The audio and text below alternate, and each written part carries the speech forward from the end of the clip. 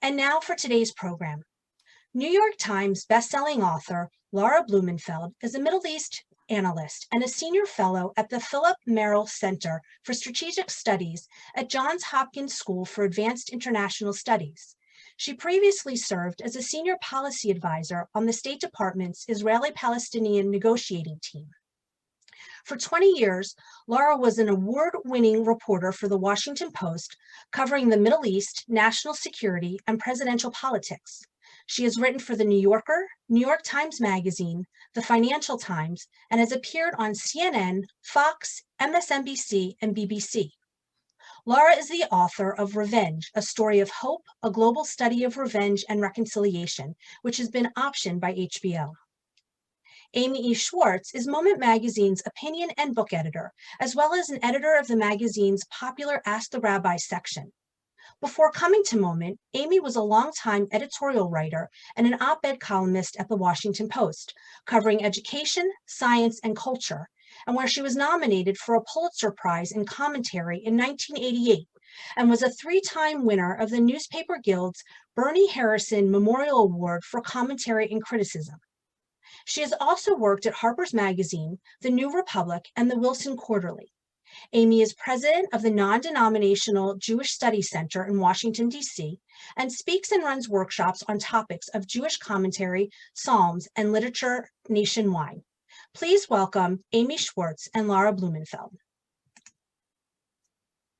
Hi, everyone. Thanks so much for signing on. I'm really happy to be here. The ostensible point of this conversation is we're going to talk about my book. It's just out today, Can Robots Be Jewish? And Other Pressing Questions of Modern Life. We're going to talk about the book and my adventures editing the column it's drawn from, Moment Magazine's ever popular Ask the Rabbis feature.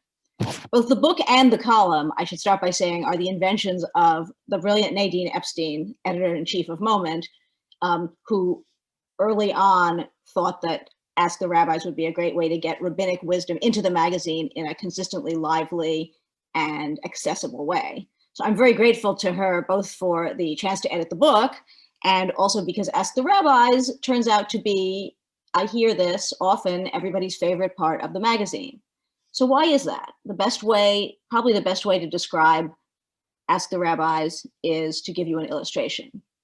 So has anyone ever asked you, can Jews get tattoos? Or maybe someone said to you, so what do Jews think happens to you after you die? If this ever has happened to you, you probably answered in the best online fashion, well, it's complicated. And it is. Any conversation about what Jews believe about anything is likely to be pretty long. Now, let's turn it around. Say you have a question of that sort, and you decide instead of just Googling it, you're going to put it to 10 different rabbis. You'll get answers, all right. You'll probably get so many different answers that you'll end up with a whole lot of brand new questions. In other words, you'll come away with a dose of a very important kind of specifically Jewish wisdom. That's sort of the point of Ask the Rabbis. Every issue, we try to think of an interesting question, something that will spark reflection by rabbis and readers alike, and then we put it to a whole spectrum of rabbis, usually 10 rabbis from 10 different denominations. And not everyone knows there are 10 different Jewish denominations. Our rabbis range all the way from humanist, Jewish renewal, Reconstructionist, Reform, Conservative, and on over to modern Orthodox, regular Orthodox, Sephardic, and Chabad. We also have some independent rabbis who don't consider themselves members of any denomination. And sometimes we have rabbis who are farther to the right than Chabad, but that's sometimes difficult to do. We're not always successful at that for reasons we'll talk about later. Anyway, whatever it is, whoever they are, we ask them to answer the question in 200 words or less. They hate that. 200-word thoughts are not most rabbis' default setting, but the results are inevitably worth the struggle. And of course, there's a lot of disagreement. No one denomination has all the answers. The sum of Jewish insight on a question is always greater than its parts. The patterns of agreement and disagreement are also interesting. Sometimes, as you'd expect, the liberal rabbis disagree with the Chabad rabbis. Sometimes the rabbis at the two ends of the spectrum agree, but they disagree with the ones in the middle. sometimes they all agree, but they cite all different reasons and texts for doing so. We'll talk about that too. So these rabbis, they're a fabulous array. At the one end, we have the humanists. The humanist rabbis invariably go out of their way to make sure we understand that they do not believe in God. That's the sort of the hallmark of the Jewish humanist movement is nope, nope, nope, nope, nope. At the other end, we have Orthodox and Hasidic rabbis who talk a lot about God, but won't spell it. They spell it G-D in English, echoing the practice in Hebrew, which you may be familiar with, of avoiding the pronouncement of the divine name. So far, so good. So, but here's the twist, then you have renewal rabbis. Jewish renewal is a sort of a neo-Hasidic, ecstatic, kind of a liberal Jewish denomination. I'm not explaining this very well, but some of the renewal rabbis resonate to the emotional and spiritual practices of Hasidism. And so some of them, when they write these answers, have taken to spelling God G!D. Now, I think this is great, but it's really tough on Moment's proofreaders. In fact, I count it as one of my early successes when I was new editing this column that I was able to convince a really distraught proofreader that no, it was okay for the magazine not to have consistent form on how we spelled the name of God, that was sort of the point, that if they wanted to spell it G!D, that was okay. So what are we doing here? Are we playing Rabbi Gotcha? Are we trying to show them up by disagreeing? Of course not. Partly, it's our way of trying to make accessible to a lay reader the rich debates that have raged through Jewish tradition and which still rage today. But there's a deeper reason also, and it's actually kind of an important one right now. To explain, I'm going to take you back to a familiar and beloved scene from Fiddler on the Roof that I'm sure everyone knows very well. Okay, in this scene, Tevye is talking to Perchik, the young radical, who is later to become his son-in-law, and he's trying to mediate a dispute between Perchik and some conservative villagers. And the villagers are saying, who cares what they think in Kiev? And Perchik is saying, how can you live this way not knowing what anybody else thinks? So to each one, Tevye says, you're right, he says to the conservative villager. You're right, he says to Perchik. He's right and he's right, says a third villager. How can they both be right? And Tevye thinks about this and then he says, you're also right. So to me, it's all there in that one exchange. The Jewish love of argument and the fundamental Jewish ethic of tolerance for differing views. These are the two values that animate this collection and really that animate the whole landscape of Jewish thought that we're trying to capture. I don't have to tell anyone on this Zoom that this principle of tolerance for argument and the other fellow's view has not been doing very well of late. It's been deeply unpopular, I would say, but it's also deeply, deeply Jewish in a way that isn't likely to go away anytime soon, despite the politics of the moment. We've all heard the joke about the shipwrecked Jewish sailor who's all alone on a desert island, so he builds two synagogues, the one he goes to and the one he won't set foot in. So that's sort of the standard starting point. But beyond this zest for disputation, and perhaps essential to it, is a spirit of generosity, the sense that you can always learn something from somebody else's opinion. This is a principle that predates Tevye by millennia. Argument in Judaism is not just a positive value, it's considered a mode of worship. Multiple opinions are a given. Traditional text study is done in pairs, Hevruta, the better to thrash out questions as you go along. And dispute is always accompanied by respect. The Talmud, recounting a debate between the house of Hillel and the house of Shammai, reports that a heavenly voice ends the argument by saying, Ilu ve'ilu divrei Elohim chaim. These and these are the words of the living God. The heavenly voice then rules in Hillel's favor, but the reference to these and these is cited approvingly throughout the tradition, in one case with the added comment, this is a principle for all of Torah. So today too, the principle of Ilu ve'ilu, these and these, sets the stage for a drama that continues unchecked, whether it's in the pages of Talmud or in study sessions on Zoom. Interpreters of Jewish life and tradition are still arguing in the spirit of worship. And if toleration of another person's opinion seems to be slipping farther and farther away, it remains the ideal for which we strive. So what about the book? The book is a selection of 30 of our favorite questions and answers over the 15 years we've been running this feature. I've been editing for 10 of those. It's designed to edit the most fruitful of the disagreements. There are 6 chapters: science, sex, modern life, politics, values, and the nature of the universe. Each one has a range of questions from different years. So a snapshot not only of disagreement on an issue, but also at a particular time in history. So we've asked the rabbis all kinds of questions. We've asked them, for instance, the 2 questions I mentioned at the beginning of the talk. Can Jews get tattoos? And do Jews believe in an afterlife? Spoiler on the second question, not only do the rabbis not agree on whether there is an afterlife, which is sort of to be expected, they also do not agree at all on whether Jews think there is an afterlife. We've asked the rabbis to apply Jewish law or tradition to contemporary problems that are definitely not mentioned in the Torah or the Talmud. For instance, what does Jewish tradition think of organ donation or gene editing? We've asked them, are Jews expecting a Messiah? We've asked them, are there things that can't be forgiven? And we've asked them questions that resonate with current events, like, is silence consent? There's a couple of dramatic ways these questions and answers fall into patterns. The most predictable one comes if you look at the question I started with: can Jews get tattoos? Or, as we actually phrased it, are tattoos and body piercings taboo? This was one of the very first questions we asked when we started the feature, along with should Jewish children sing Christmas carols? It's worth noting that these were not per se questions about Jewish law.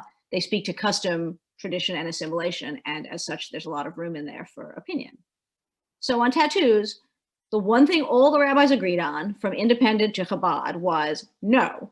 Having a tattoo will not bar you from being buried in a Jewish cemetery, no matter what your Hebrew school teacher told you. But that's about the end of the agreement. So to read a couple of excerpts. So Rabbi Peter Schweitzer, the humanist who was writing at that time, says tattoos should be, quote, entirely an individual matter.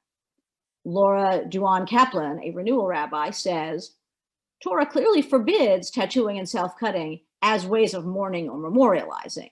However, Torah also implies that piercings can be opportunities for good or bad. The Israelite men donated their earrings to build the golden calf, but the Israelite women donated theirs to build the Mishkan, the sanctuary. So the characteristic renewal touch, looking at the action sort of for its moral resonance, not sort of whether it meets a rule. The conservative rabbi, Rabbi Julie Schoenfeld, writes, to characterize the issue to young people as taboo, this is a crucial opportunity to convey Jewish affirmation of the fundamental dignity of the human being. The conservative position on tattooing states that while we discourage the practice, no sanctions are imposed. So we don't like it, we have a view, we don't have a disciplinary regime. That's also recognizable as a conservative movement position, I would say. The Sephardic rabbi, to continue on rightward, takes the quote more literally. He also explains why. He says, tattoos are indeed forbidden by the Torah. The human body is a wondrous manifestation of God's master design. Hijacking the body and transforming it into an artistic canvas or a vehicle for expression distorts those fundamental principles and leads us to believe we can cast aside the divine image and fashion ourselves after the image of our choice. So explication and a real moral line drawing here. The Chabad rabbi simply says, tattoos are not kosher. The laws are detailed in the Shulchan Aruch and in Rambam under idolatry. End of sentence. So that's one of the patterns you might see. Again, it's more common in the patterns where people's custom comes into it. There are many other interesting, pretty patterns that are made. Sometimes the two on the end agree more than the ones in the middle from sensibility. We'll talk more about them in the questions. It's easier to show with specific questions. But I'll just say they're never what you expect. I've been editing this feature for a decade, and the rabbi's answers never fail to amaze and inspire me. To look at random at the title, at the question that gave the book its title, can robots be Jewish? Did you know that The Golem was probably one of the inspirations for Mary Shelley's Frankenstein monster. So you can read right through this book, or as with any Jewish text, you can browse and look things up in it, and you'll learn just as much from the disagreements as from the occasional agreements. Whether you agree or disagree, we hope every answer will teach you something. And together, we hope they'll give you a glimpse into a vast treasure trove of Jewish argument and Jewish wisdom. Laura?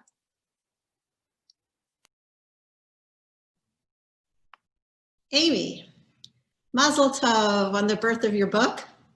I guess this makes this webinar the book's bris for a moment, and all of you joining us today. I'm so happy. I think there are over 100 people celebrating, so grab your bagels wherever you're sitting.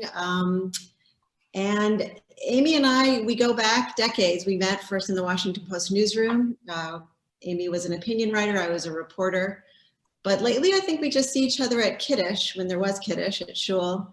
And just so you know, I know a lot of you know Amy from her writing and her editing, but she is brilliant and interesting. So usually the opportunity to speak to Amy involves waiting online, because at Kiddush you have to there's a line of people waiting to talk to Amy. So I have to do several laps around the Kiddush room and, pass the babka a few times before I get to speak to her. So thank you for sitting down to launch your book, and Mazel Tov.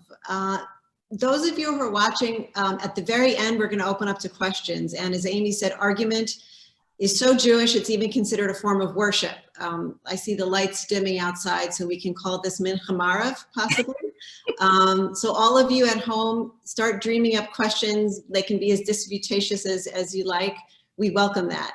So that'll be like the last 15 minutes. But Amy, for you, I guess my first question is, so much you might say is predictable, and a lot of it is unpredictable. So what surprised you in the questions? What surprised you in the answers? So, examples. First of all, thank you, Laura. And really, it's as hard to reach Laura at Kiddush as it is to find me. These are mob events, as everyone remembers. Boy, those were the days, weren't they? When we were in a room with 100 people, and all we had to worry about was whether we got in the best conversations. Soon again, right? Bimhei Ravi, I mean. Right. There's two kinds of lovely surprises I've gotten from these questions. One is, often you'll ask a question and you'll say, boy, I bet the rabbis never thought of this. I bet there's nothing in Jewish law about this. So classic example, we thought we'd ask a couple of years ago, we wanted to know, does Jewish tradition offer any guidance for coming out as transgender? I forget the exact wording of the question. It's in the book, for those of transgender or of indeterminate sexuality or of indeterminate gender. And to my amazement, the answer was, there's a lot in the Talmud about indeterminate gender. It turns out the Talmud recognizes, the rabbis of the Talmud going back to 200 CE are aware of the existence of as many as 5 different genders. And they have names for these genders. There's the tumtum, who has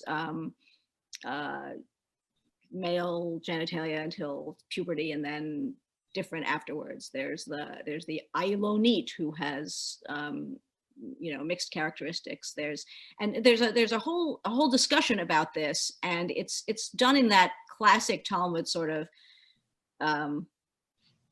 almost casual, like, why would there be anything strange about discussing this? And so all of the rabbis pretty much acknowledged this. One of our rabbis said, it's all very well to say that the Talmud recognized this, but it all proceeds from an assumption that there is a binary and that these people are diverging from a binary. So this was our Sephardic rabbi said, it's not really the vocabulary of today. It's all about, damage and divergence, which wouldn't be the vocabulary today. But in general, it was just more than you'd expect. So that was one kind of surprise. The other kind of surprise is the kind of patterns that are formed. Another, when you ask a question about a modern thing, again, that you would think was not directly mentioned in the tradition. So my absolute favorite question on this was, we asked, what does the Torah teach us about addiction? So obviously, I mean, I think it seems obvious to me, the Torah doesn't say anything directly about addiction to drugs. It's all about drawing parallels and seeing metaphors. So here's what we got. So our independent rabbi, Gershon Winkler, started by drawing a lesson about addiction from the story of the golden calf. He says, on Sinai, the one who spoke and the world came into being instructed us not to get so caught up in our subjective assumptions about God that we would carve out and worship an image reflecting those assumptions. Addiction is the act of replacing a truth or need or innate desire with an artificial facsimile that supersedes it. He concludes that to escape the addiction of self-regard, you must be melted down like the golden calf idol and cast afresh. So the humanist rabbi, Peter Schweitzer, talks about Cain and Abel. He says, he quotes Genesis, God accepts Abel's offering. He says, but rejected the one from Cain, yet God doesn't give up on Cain. He offers him some straight talk, quote, why are you angry? If you are to do what is good, shouldn't you hold your head high? And if you don't do what is good, sin is crouching at the door. It wants you, but you can rule over it. So the rabbi says, temptation is there, always ready to pounce, always ready to snare us. We can say the wrong word or waste time or self-medicate with alcohol or drugs or too much junk food, but we can also be master over it, not because we resort to prayer or turn to a higher power to pull us through. That is not what God says to Cain, but because we can take charge of our own actions and acknowledge our own human nature. So here's, again, the characteristically, rejecting the supernatural. Here's a human insight about Cain and fighting addiction, fighting his worst impulses. We can relate to all these, but here's where it gets interesting. The Jewish renewal rabbi, Goldie Milgram, in this case, talks about Shabbat as a rebuke to addiction. In other words, anything in the world you can't step away from. Here's a lesson: you must be able to step away from it. There shouldn't be anything in your life you can't step away from. So the modern Orthodox rabbi, the distinguished Yitz Greenberg, says exactly the same thing about Shabbat and addiction. Then the Reform rabbi, Sari Laufer, takes as her starting point the story of Noah, who emerges from the ark after the flood, sees the world destroyed around him, and immediately turns around and gets stinking drunk. She talks about that from a Reform perspective. The Chabad rabbi, Shais Taub, says it also goes to Noah. He writes very movingly of, quote, the pain of self-awareness on one hand and self-obliteration on the other. His conclusion is, quote, addiction is but the human condition writ large. We're only happy once we get over ourselves. That's recovery from addiction. When I realize the only way I can truly function is through extreme selflessness and surrender to a power greater than myself. So if I had to characterize this disagreement, even the absolute 180-degree disagreement between the Chabad rabbi who says higher power and the humanist rabbi who says absolutely not a higher power, I would say fundamentally these echo each other on substance. It's only the vocabulary that's different. Somehow the humanist rabbi insisting God is not telling Cain to surrender to a higher power, and Shais Taub, the Chabad rabbi, saying, yes, you must. Somehow they're talking about the same cowering human being, plucking up internal resources before the void. So to me, that was the most moving and surprising of the questions. And I love that point that these 10 rabbis who are disagreeing actually agree. It's just the language of disagreement is so, rooted in our culture that it sounds different, and yet it leads us all to the same place. I think that's beautiful. And I also love your point about, you said that certain denominations have a way of sort of attacking the questions. You find the Chabad rabbi will often quote the Lubavitcher Rebbe, and I love the conservative rabbi will often tell people you need to do more reading. Absolutely. The conservative way. Let's talk about the rabbis a little bit. Before I do, there has to be a shout out to all the rabbis joining us. As I'm the daughter-in-law of Rabbi David Weiss Halivni, who may be awake in Jerusalem watching, I hope. I know my father in New York, Rabbi David Blumenfeld, is in New Rochelle tuning in. So Dad, we want to hear a question from you. And actually, my father has been a participant in your column at one point over the years, a proud moment for him. But are there questions that the rabbis, either they don't want to answer, or it's kind of, like that famous book, Everything You Wanted to Know About Sex, but Were Afraid to Ask? Maybe there's something you're afraid to ask, although I have to say, not about sex. You have a lot of questions about it. You did ask a lot of questions about sex.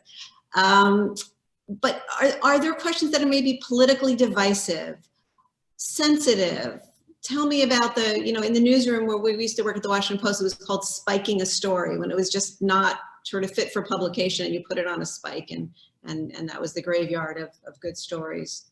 So it's a very good question. I will start by saying the rabbis are over the years I've come, particularly the regular rabbis, I've come to know some of them reasonably well, and that's one of the pleasures of the job. And it's a fun question when at least one, sometimes several of the rabbis will write to me and say, "What? What do you mean? What do you want? What is this question even about?" And there's a nice moment in there's a question we ask in the values. It's, should Jews strive to be happy? And it's sort of a silly question, but Yitz Greenberg, our modern Orthodox rabbi, he'll answer anything, nothing phases him, but his answer begins, "What kind of a question is this? Should Jews strive to breathe? Should they strive to eat? Of course they should strive to be happy." So, a good question is a question where at least one rabbi begins by saying, "What kind of a question is this?" But we have generally, the book doesn't appear all that political, not so much because we don't ask political questions, but because political questions tend to get old. So there's no point in putting them in a book because they date, We do have we have a politics section, and it's mostly questions about sort of, should rabbis talk about politics from the Bima? And we actually asked that question more than once. We asked it when I looked back, I saw we had asked it in 2 different presidential election years, not surprisingly. And some of the same rabbis answered it slightly different ways with an 8-year break in between. Again, not so much that they changed their views, just they changed the vocabulary. And we see that, I think, in the political discourse too. People don't necessarily change their minds so much, but they do change the way they talk about things. And, I'll go there. The questions that the rabbis, the only questions we've had the impression the rabbis have trouble with from time to time are the sex questions. Oh, you do? So we ask 2 questions that it's the sort of thing you might want to ask them again every 20 years just to see what had changed. So there's a question, we have a question, the classic abortion question, which is, when does life begin? And we asked this question in 2009. And that's a classic case of all the rabbis basically agreeing on an essentially, let's just say, a distinctively Jewish as opposed to evangelical Christian take on the abortion question, which is, not one of these rabbis said life begins at conception, because that's just not an idea in Jewish law or tradition. This was one of the cases where we were able to get an answer from a rabbi from Aish HaTorah who identified as ultra-Orthodox. It's a word that nowadays we wouldn't call someone ultra-Orthodox. People have come to believe that that's sort of a pejorative, and so we'll use other words. But Rabbi Simcha Tolwin of Aish HaTorah said, in Jewish law, until 40 days, the fetus is considered like water. That's the quotation from Jewish law. Afterwards, things change, but gradually. And putting that in the book, I don't think text or Jewish law changes, but I do think the comfort level of some of the denominations in expressing those views, I think, may have changed over time.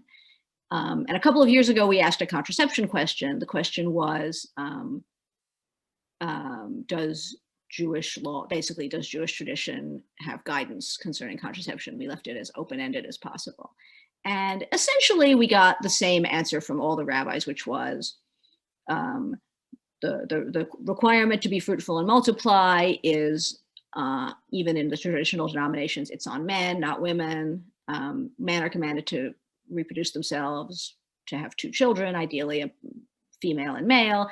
After that, it's considered sort of extra. Of course, there are general ethical preferences for large families and so forth, but no commandment per se. And they distinguish among different methods of contraception. Very, very few. We didn't get any denomination, even among the Orthodox, who said this is forbidden.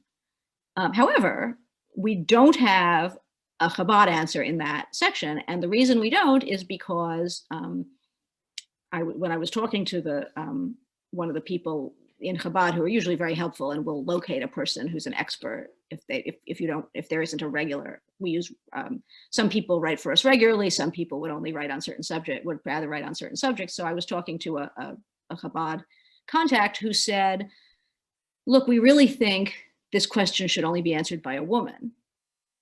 And I said, well, but this is a feature for rabbis. And he said, look, I promise you, these women I'm thinking of, they're just as good as rabbis. And okay, I said, I didn't want to be mean about it, but I said, well, they're supposed to be rabbis, we need someone who's a rabbi. And he said, I'll get back to you. And eventually I got a note saying, look, I just don't think we're going to answer this question. I hope you understand. And that was fine. But I thought it was interesting. And I didn't know whether the problem was that Chabad didn't want to have a position in print that was stringent and unpopular, or whether they didn't want to have a position in print that was halachically sound, but inconveniently liberal. So it's hard to tell. So you do see that occasionally. It's an interesting point about Chabad. You said earlier that it's sometimes hard to get rabbis who are to the right of Chabad. And can you just talk a little bit more about that? And do you feel like you got the full diversity, you capture the full spectrum of Jewish thought by losing that kind of rightward segment of the rabbinic population?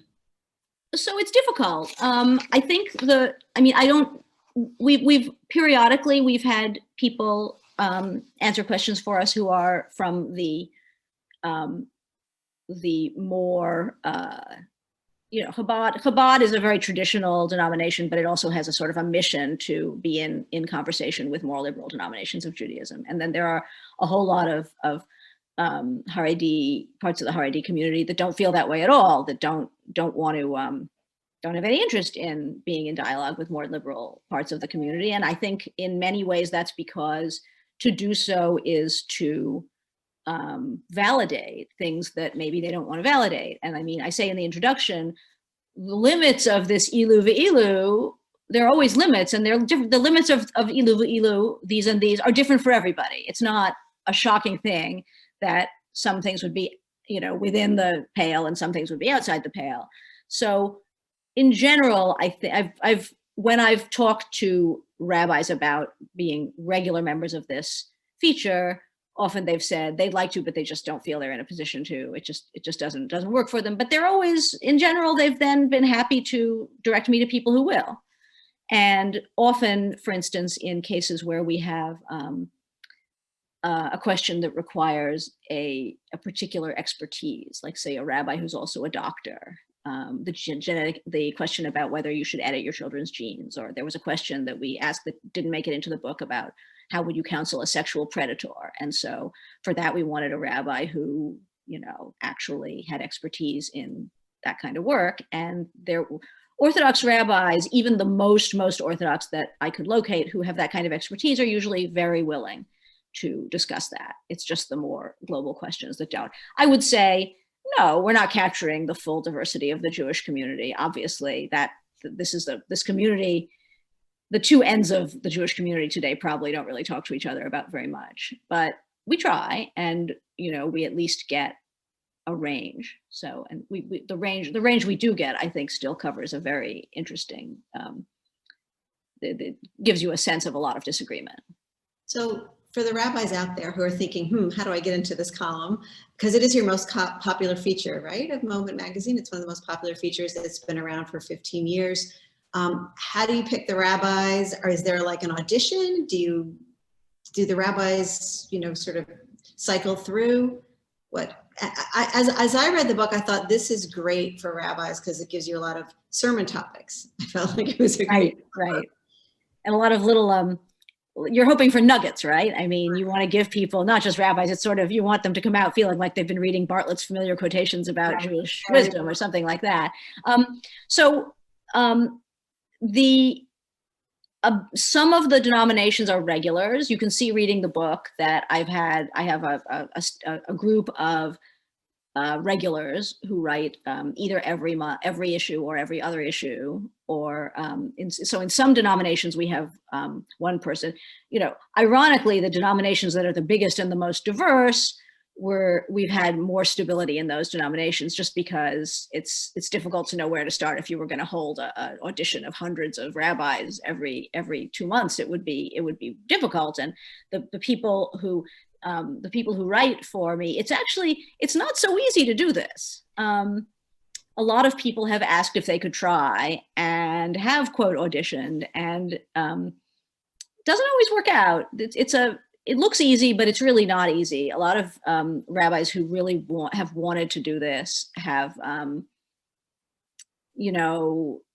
thought it was sort of a way to write a snarky little op-ed piece or something, which isn't really what we're looking for. And it's hard to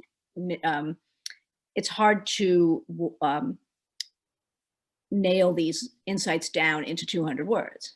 And it's a knack, and the more people do it, the better, the easier it gets, I think. And so mostly we have regulars, but there are a couple of denominations where we have, it's sort of open, where I cycle around, and I have a variety of people that I know are good at certain things. For instance, the renewal rabbis a lot of them have different sort of expertises. And so sometimes I'll reach out to someone that I think would be really great on this particular thing. A couple of the denominations just cycle through 2 or 3. And then the Chabad rabbi often, the wonderful, my neighbor, Rabbi Levi Shem Tov, often will do the Chabad one if he's interested. But we also have, there are people in Chabad who reach out, and I was overwhelmed once. We were asking a question about what the Jewish obligation was towards Muslim refugees. Syrian, I think it was specifically Syrian refugees. This is some years ago. It's the kind of question you wouldn't put in the book because it was sort of time sensitive. And my Chabad contact said, "Oh, how about I get you the Chabad rabbi who's running a soup kitchen for Syrian refugees in Budapest?" So I was like, "Yeah, let's hear from him." So yeah, so I'm not sure that's a good answer, but it's just journalism. We try to get the best people who are also consistent and reliable and don't mind being edited. And on the flip side, speaking of editing, who's editing the questions? Like, can robots be Jewish? And I'm thinking, well, can pets be Jewish? Can presidents be Jewish? Is there just kind of a brainstorming in the moment? Newsroom, I noticed there were no questions about Israel for a book about Jews and rabbis in the book. How did that happen? Tell me a little bit about the thinking that goes, what's a good question and what's a bad question? So that's a good question. So the questions mostly emerge from the editorial meetings, like all the story ideas, and we kick them around, and we have a series of things we often go back to. I think can robots be? The question in the book, can a robot be Jewish, was a question Nadine had wanted to ask for a long time, and it's a great question because it brings up, it makes you think about sort of artificial intelligence and the limits of what really makes you human. Asking what makes someone Jewish, who can be Jewish, is really like saying who can be human, and what does that really mean to be human? So that was a fun question. It was a summer question. You can be a little off the news in the summer questions. We're always trying to find something new. A bad question would be a question that there was just a clear answer to. And if there's a clear answer, all the rabbis will give it. If there's you don't want to ask an informational question. What's the Jewish position on X? Unless there's some disagreement. Those aren't that interesting. We do ask questions about Israel. We ask them with some regularity, but they just date. I mean, they seem to get old faster than other questions because it's hard to. Whenever people answer those questions, they're always speaking to current events. And it's funny, I didn't actually notice that there was nothing in the book about Israel till I finished proofreading it. It's like, oh, that's funny.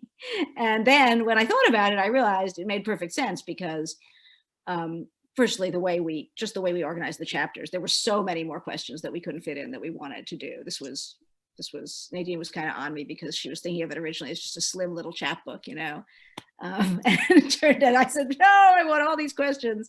So we ended up with 30 questions, which is really a lot, although it's only like a fifth of all the questions we've asked, something like that. So that's why the only reason there are no Israel questions is because they tended to be tied to current events. We've asked a lot of questions about support for Israel and what that, what that means. And as you talked about the editing process and the number of years that's gone into this. Have rabbis changed their minds? Like maybe they went on the record in 2008 and now they have a different opinion. Have they changed their minds? Have you seen things kind of move under your feet as Judaism does evolve, yeah? It does, yeah. No, I can't think of an individual rabbi who's changed his or her mind, but the case where this is clearest is in the question we asked about organ donation. And the question already is a while ago. I think the question is from 2008, 2009. And the question is simply, does Jewish law permit organ donation? And all of the rabbis in their different ways point out that Jewish law used to totally not allow organ donation. Mm-hmm. But halakha, it's not so much that halakha evolves per se, but it's that as the science of organ donation changed, the views of whether it met certain criteria for the respect of human life, those also changed. So it was more an application question, but I thought it was interesting. That was a question asked before I got here, and it was asked before I started editing the feature, and I was very struck by how much things had already evolved at the point. I mean, I think a lot of us, if we grew up in any traditional community, we had the sense that, Jews can't do organ donation, or they can't accept, whatever. They can give, but they can't accept, or they can accept, but they can't give, or something like that. But it was interesting to me that really wasn't true. The more Orthodox rabbis at that time, that was early days, and I think we had a modern Orthodox, but not a non-modern Orthodox. And so they were all pretty much on board with organ donation, given certain strictures as to how the organs were treated and how the body was treated, and it's kavod hamet, and there are a lot of different. I could read from it, but it's complex. There are a lot of different overlapping, sort of intersecting principles about how you treat a dead body, and those. And it's basically it's a confluence between demands of respect for the corpse and the demands for pikuach nefesh, saving a life. So that was a case where it's kind of a moving target.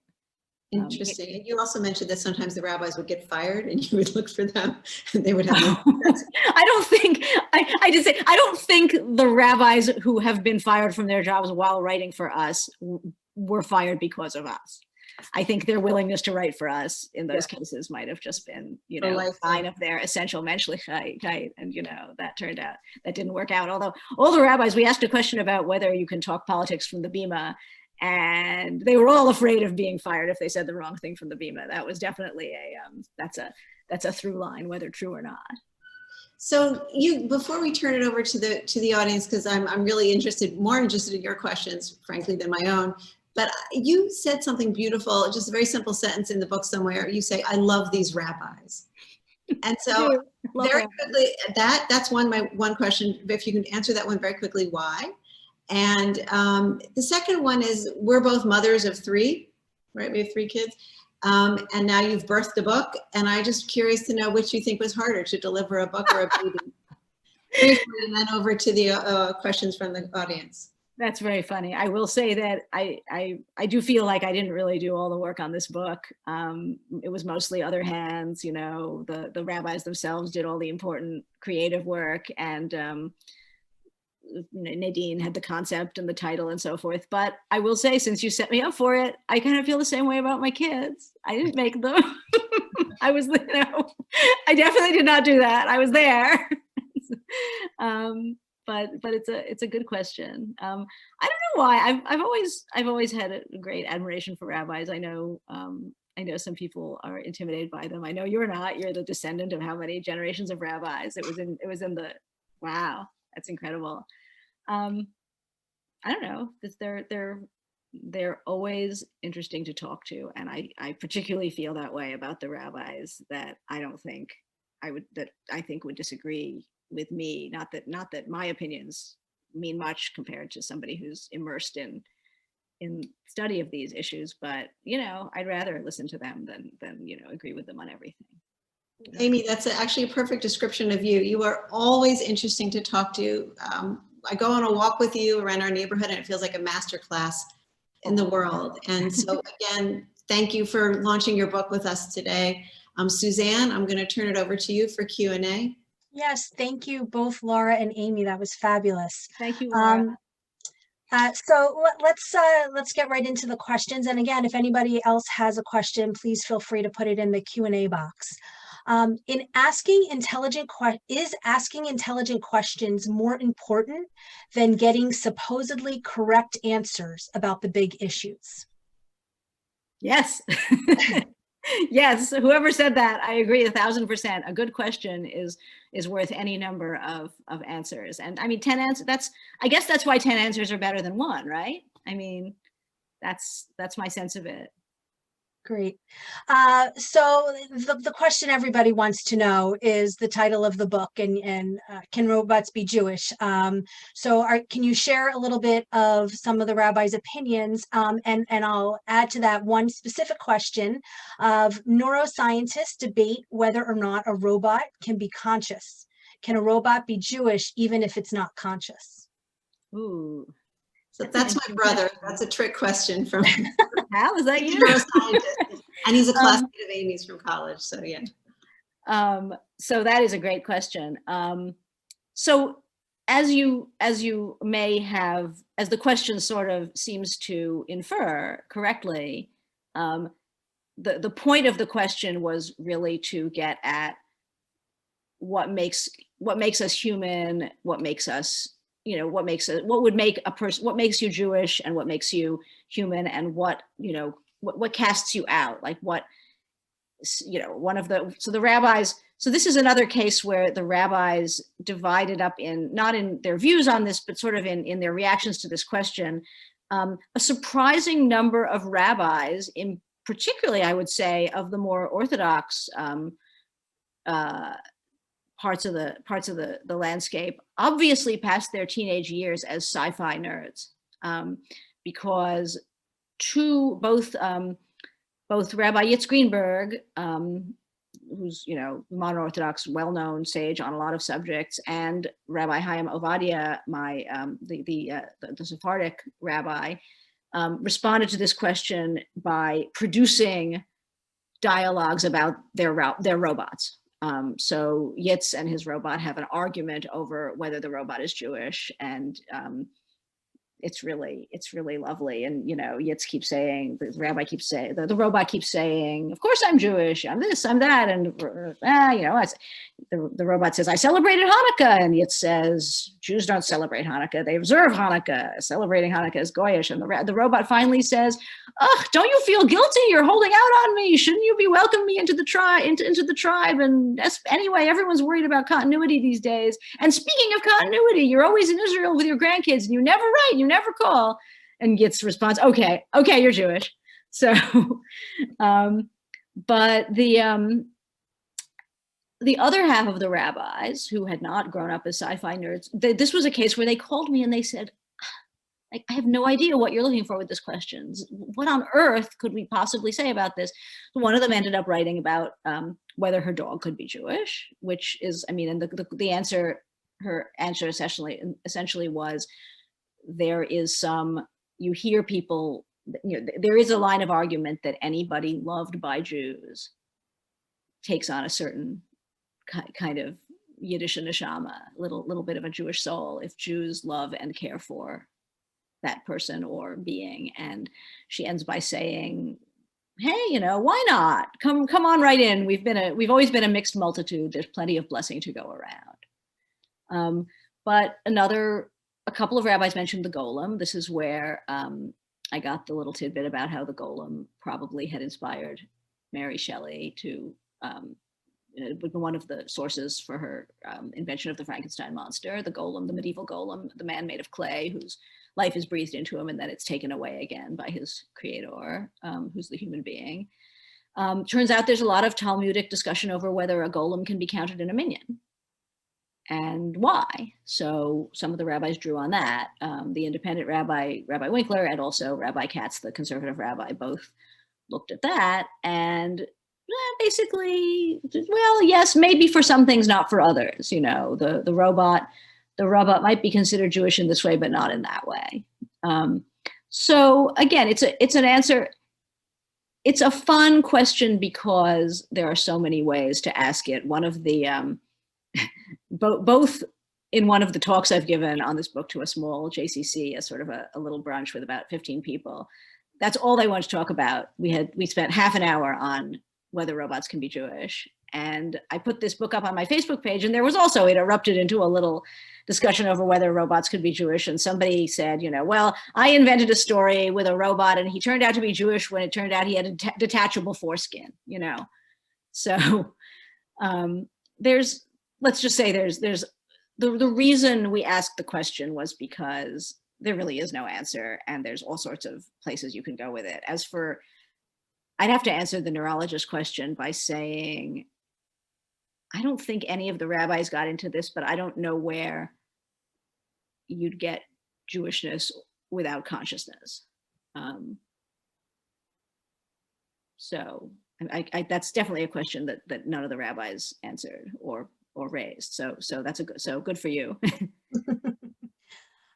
Somebody noted that when you were just reading what the rabbis talked about in terms of tattoos, that none of them mentioned that the Nazis put tattoos on Jews' arms. Did that come up at all, or would you say that that wasn't mentioned? It was mentioned. I was just looking to sort of trace the arc of contrast among the views. So I didn't quote, those aren't the complete quotes of any of the rabbis, but yes, absolutely. I think, but there too, as with many of these discussions that bring in culture, on the one end, one rabbi says, look, how could anyone, this just reinforces how terrible and how dehumanizing it is to get a tattoo, which is why it's forbidden. And then someone else says, look, you know, there was a time when all tattoos meant was, you know, concentration camps, but those days are gone. Now people get tattoos to mark joyous occasions, and it doesn't mean what it meant for our parents. So yeah, I mean, I think that's certainly where I go when I talk to my kids about tattoos. You know, look, I grew up on the Upper West Side. A lot of people had tattoos. Yes, they've definitely become more popular over time as well. Right. Do you think there should be a restoration of the Beit HaMikdash? Do I think? Okay, here's where I get to say, I'm not a rabbi, I just play one on Zoom. But we could ask that question. That might be an interesting question for a future Ask the Rabbis. Mm-hmm. And with that, I will also say that someone has suggested maybe doing a volume 2, since you've mentioned there are so many more questions than that you were able to fit into the book. So Sabrina, that was you. I saw that flash across the bottom of my screen. Thank you for asking. We'd love to do another volume of this. We'll see how this one does. If it sells well enough, I could absolutely imagine doing more volumes. Is there a question that you've been dying to ask that you have not had the opportunity to ask the rabbis yet? I wouldn't say dying, but I mean, we have a bunch of questions out there that that there never seems to be the right moment. I mean, this is going to make me sound like an awful downer, but I've been wanting for a long time to ask a question about depression, about what the tradition offers for people struggling with depression. And I think one of our regular rabbis has a considerable expertise in this and was sort of after me and said, I can send you all this material, but this is a couple of years ago and we never get to it. There are always so many other things to ask. And then somebody else asked, about it being timely, about discussing a Zoom minion, which I know we've already asked the question. We're ahead of ourselves in terms of being virtual and present in Jewish life. Do you want to address that at all, about having a Zoom minion? Sure. We've learned so much, haven't we, over the last year. It's almost like going through another destruction of the temple, where you start by doing things in a real way, and then you learn to do these other things another way that just reminds you of what was. We asked this question about more than a year ago, I think, and we asked, what role does virtual presence play in Jewish ritual and communal life? And the reason we asked it then was because a lot of us were aware of discussions in our various synagogues about live streaming services. And we've reposted this a couple of times recently. It's in the mag. If you go to the magazine website, some of these things are searchable, actually. Although, of course, we'd rather you buy the book, but that you can find some of the other questions online. It was interesting to me that the discussion about what could be virtual and what couldn't really pretty much prefigured what we've all learned, which is you gain certain things and you lose certain things. The one exception was one of our rabbis was very definite about, like, study would be fine, and this is fine and that's fine, pastoral work is fine, but somehow I feel like having a camera in the service would just never work. And I think it's kind of funny because in the recent months, that particular rabbi has done the most brilliant Zoom services, and they're wonderful, and I go to them, and so it's interesting how that turned out. You just kind of never know how you're going to feel about things in life. But I think probably we should ask that question again once we have a little bit more of a sense. Maybe in the spring, we'll ask what we've learned from all this and what's changed and what hasn't changed. It's such a big question. I mean, probably we have to ask it. I mean, that this feature might not even capture it all, but yeah, no, I think that's something we'll want to know. Well, and maybe also the question of people who are rabbis that were willing to do Zoom in this time of the pandemic, but will they have a different view once we're allowed to be in person? Right. What have we learned about this, and what are we going to carry forward with us, and what are we going to sort of gratefully set aside? So unfortunately, that's all the time that we have today. Again, Laura, thank you for participating. Amy, thanks for sharing the knowledge of all of the rabbis. And to everyone else, thank you for joining us. Please buy Amy's book. You can read about all the topics in there. And if you'd like to read future columns, please subscribe to the magazine and you'll be able to read them in every issue. I also want to encourage everyone on this Giving Tuesday to please generously donate to Moment Magazine at momentmag.com so that we can continue with this engaging programming throughout the next year. We could really use your support. And I also like to invite you to sign up for next week's program, which proves to be great fun. Amy is helping to organize the Great Lockheed topping debate. It will be a lot of fun hearing people discuss why they think their particular topping, applesauce, sour cream, ketchup, maybe something else, Nutella. People will really want you to hear why you should have that topping on your latke. Anyway, thank you both very much, and we'll see you next week. Thanks, Take care. Guys. Bye. Thanks, Laura.